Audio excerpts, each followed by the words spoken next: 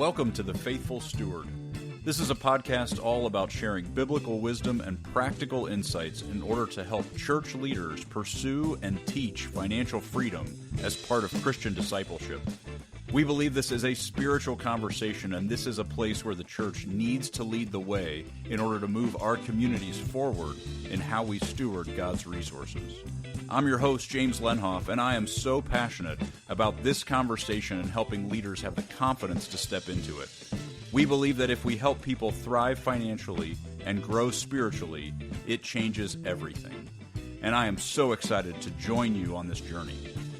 This podcast is brought to you by Good Sense. If you'd like more information about what we're up to, you can go to our website at goodsensemovement.org. All right, let's get started with today's conversation. Today we're going to talk about the age-old question, can money buy happiness? And now we know the answer to that question that we're supposed to say is no, of course not. Money can never buy happiness. Money is not where happiness is found. Money doesn't buy happiness. Here's the problem, though.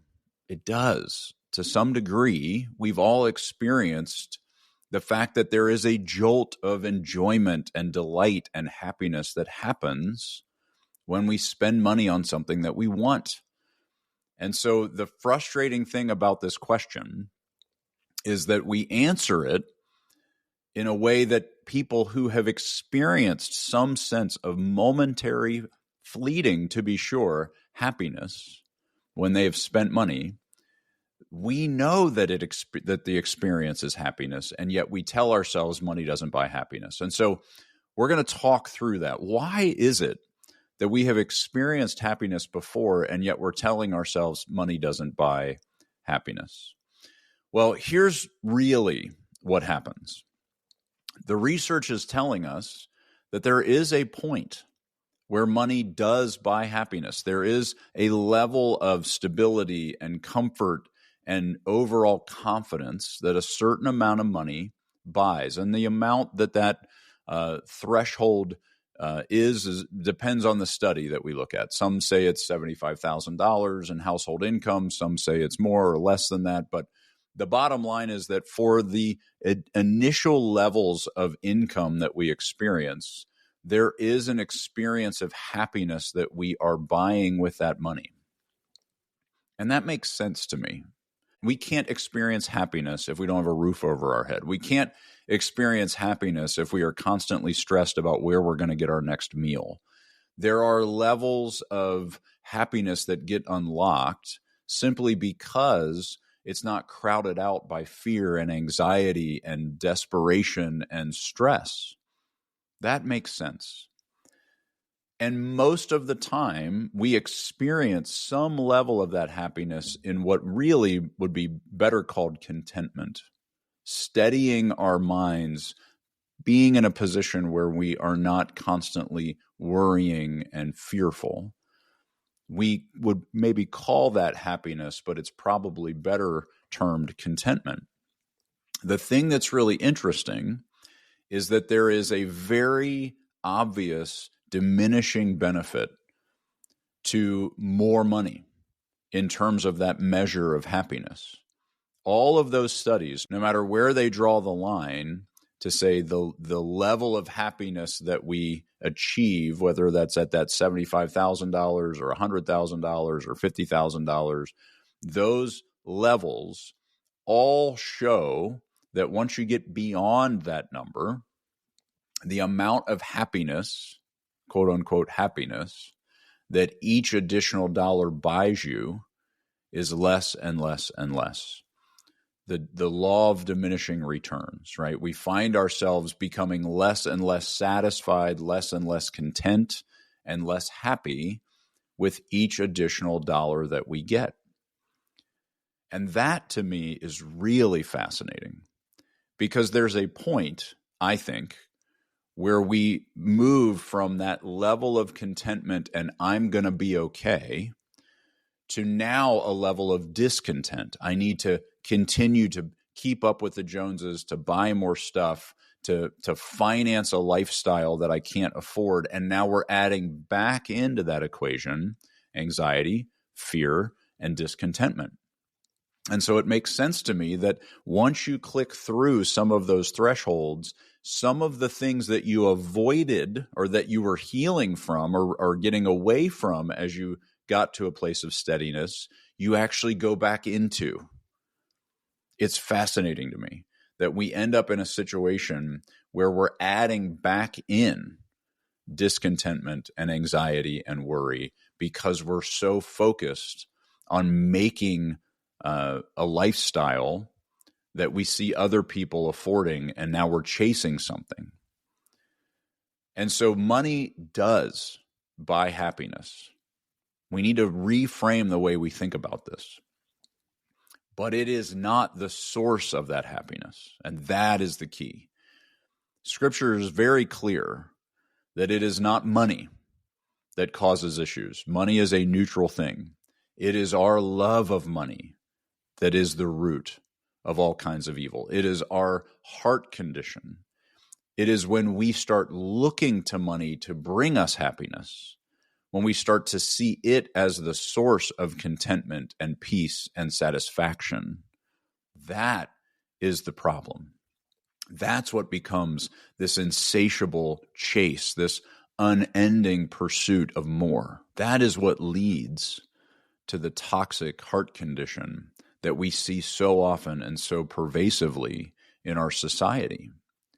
We are stuck in this pursuit of more money because we see money as what can buy us satisfaction and contentment. There is a level where we actually get to a level of contentment. There is a point of peace and steadiness where our basic needs have been met. We have a roof over our head. We have food to eat. We are okay. And we can't get to a place of stability until we can say that. But beyond that, there is very little that money can do in terms of material experience that will actually lead to sustainable, lasting delight and joy and happiness. There's this really interesting thing called the hedonic treadmill, where we get used to something that we just bought. We call it hedonic adaptation.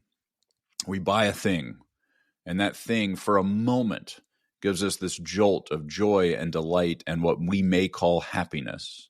But then it just becomes a thing. You know, you buy your phone, your new cell phone, and it's super exciting because it has whatever the new whiz-bang feature is that you really wanted, and you get to experience that. And then at some point, whether it's a week later or a month later, certainly not much longer than that, at some point in the future, it's just your phone. It doesn't really matter. It's not significant because you're used to it. And so the only way we feel something new is if we buy something new, if we experience that jolt again, and that treadmill, that hedonic treadmill where we're constantly getting used to what we have, which makes us want new so that we can get that little shot of excitement and delight. That is what happens beyond that threshold. That's what creates this perpetual chase for more and more.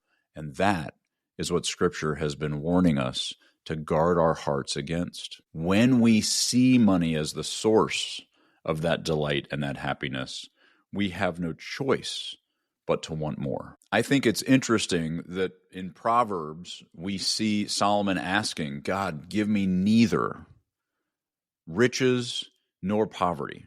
Give me just this place of steadiness and contentment. Let me be at peace. If I have too much, I'll fall in love with what that extra and abundance buys me in terms of self-indulgence. I'll become so selfish. And if I have too little, I'll stay in this place of striving and desperation and fear, and I won't be able to experience any form of generosity because I'll be so focused on meeting my own needs. I think that is true. That is wise. That's why we love this idea of setting boundaries and saying this far, no further. This is enough. This is comfortable. This is steady. Because it's in that place where if we get more, we give it away. We stay generous because we don't fall in love with the more material experience that can buy us.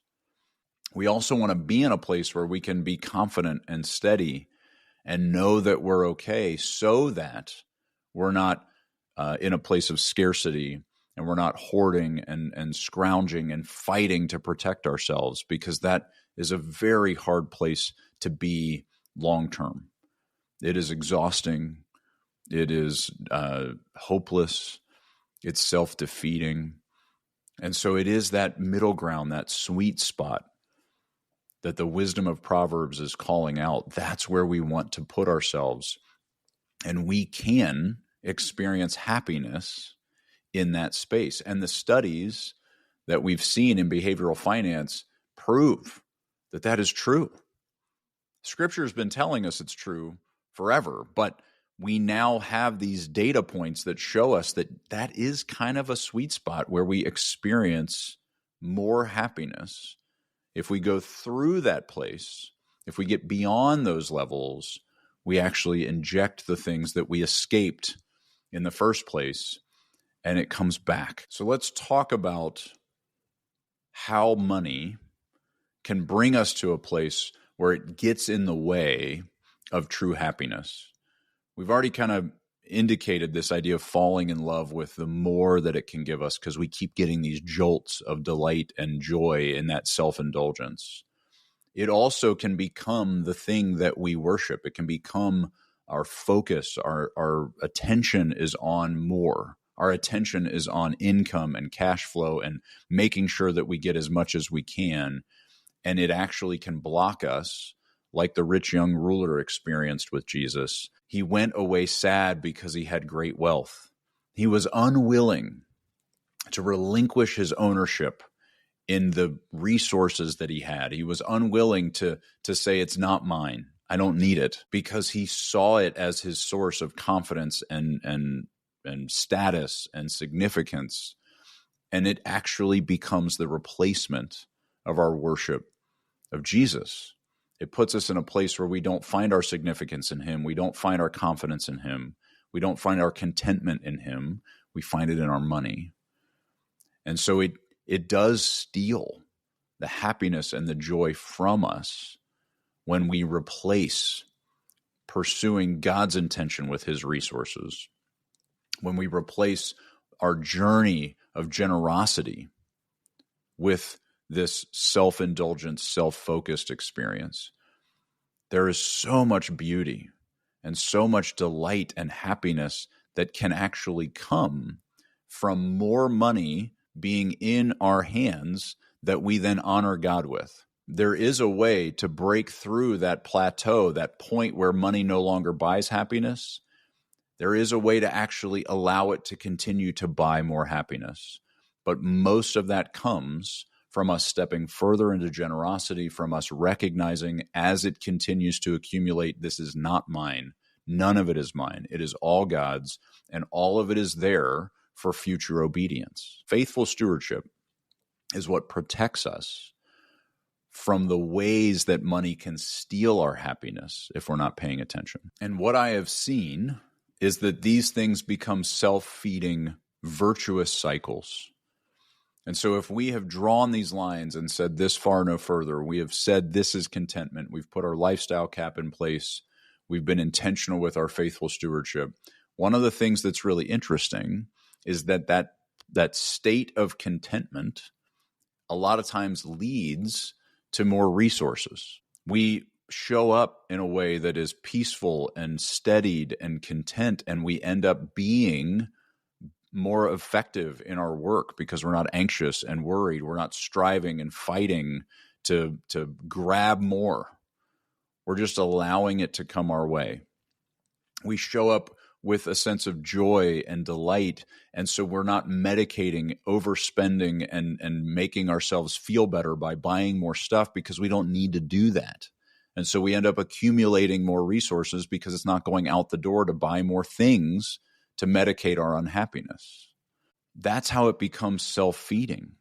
It puts us in a position where our delight and our happiness and our contentment leads to more delight and happiness and contentment. We break that cycle where we have a law of diminishing returns, we actually end up expanding and growing the impact that we can make by honoring God with his resources. And so when we are asking ourselves, can money buy happiness? We need to change the way that we think about that question.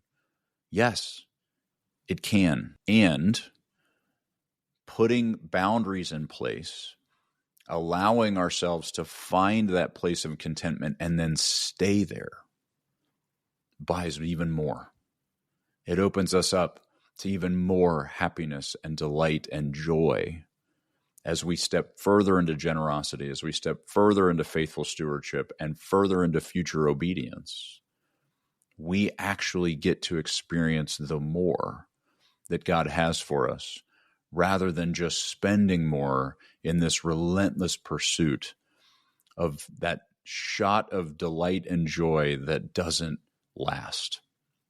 Sustainable happiness is found only in him and honoring him with his resources. And we want that outcome for ourselves, for our communities, for the cities that we are ministering to. We want to help people recognize that this relentless pursuit is exhausting and self-defeating. But a pursuit of faithful stewardship is actually self-feeding in a virtuous way. It actually creates and unlocks the freedom and the joy and the delight that we're looking for in these material experiences. It unlocks for us more shared experience, more delight in community and connection. And that is where we find this sustainable, growing happiness that lasts.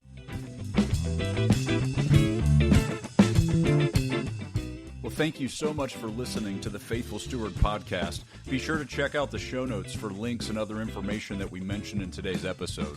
Also, be sure to check out our website at goodsensemovement.org to get all the resources we offer churches to help equip them in teaching financial stewardship to their community. If you have any questions or any topics you want to make sure we cover on our show, you can email me at jameslenhoff@goodsensemovement.org. I'd love to hear from you. I hope you all have a great week. We'll talk to you next week.